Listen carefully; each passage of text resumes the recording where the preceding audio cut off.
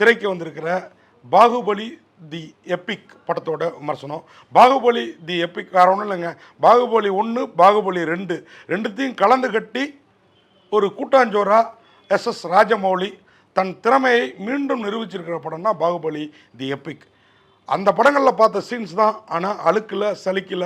அருமையாக ஓப்பனிங்கு ரம்யா கிருஷ்ணன் அந்த ஆற்றுல அந்த குழந்தைய கொண்டு வந்து விடுறது, அந்த குழந்தைய எடுத்துகிட்டு போய் காட்டுவாசி மாதிரி இருக்கிற நம்ம ரோகிணி வளர்க்குறது, அந்த குழந்தை பிரபாஸாக பெருசாக வளர்ந்து நண்பர்களை தாண்டி ஆகாயத்தை தொட்டுட்ருக்கிற நீர்வீழ்ச்சி மலை, இவங்க மலையிலேருந்து அங்கே தாண்டி அங்கே போக நினைக்கிறது, அங்கேருந்து தமனா அரவமாக உருவமாக இவரை அழைக்கிறது. ஒரு நாள் இல்லை ஒரு நாள் தாண்டுவார்னு நினைக்கிறோம், தாண்டுறாரு, அங்கே போகிறாரு. போனவரை எல்லோரும் பிரபாஸை பாகுபலி பாகுபலின்னு கொண்டாடுறா. தான் யார் என்னன்னு தெரிய வருது.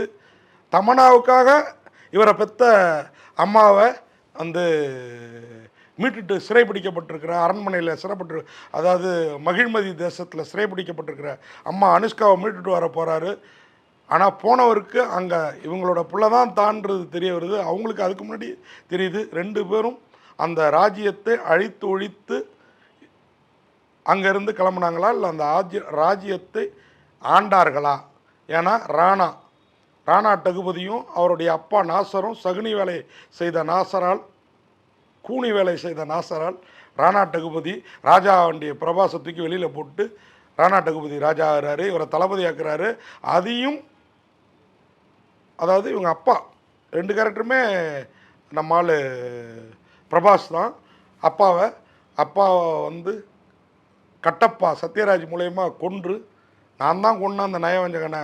ஆனால் கட்டப்பா ராஜவம்சத்துக்கு அடிமையாக ஒரு காட்டு தீயாக இருந்தாலும் இந்த பாகுபலி ஃபேமிலி மேலே, ஏன்னா உண்மையான ராஜா ஃபேமிலி இவங்க தான் அப்படிங்கிறப்போ அவங்களுக்கு வந்து ஒரு பற்று இருக்குது. அப்போது அம்மாவும் பிள்ளையும் சேர்றதுக்கு தன்னுடைய தவறுக்கு பிரயோஜித்தமாக சத்யராஜ் உறுதுணையாக இருக்கிறது. ஒட்டுமொத்த போர்ப்படையும் இவங்களோட சேர்ந்து போராடி ராஜ்யத்தை வெல்றது. இது இல்லாமல் இவங்களை எதிர்த்து வர காலகேயர்களை, அதுவும் இவங்கள்ட்ட 125,000 வீரர்கள் இருக்கான்னா அவன் 1000 வீரர்களோடு வர்றான். அதெல்லாம் எப்படி தான் பண்ணாங்களோ தெரியல. என்ன தான் சிஜி கிராஃபிக்ஸு ஏஐ தொழில்நுட்பம்லாம் இருந்தாலும் மிரட்டி இருக்காப்புல.